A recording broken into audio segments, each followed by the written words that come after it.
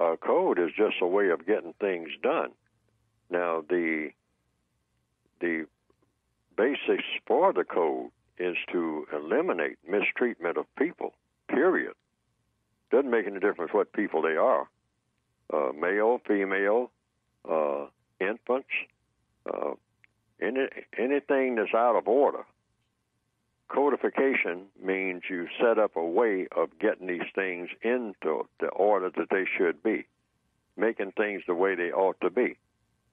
All relationships between people should be the way that they ought to be, the way that they should have been in the first place when the universe was created, at the beginning of creation, and kept that way.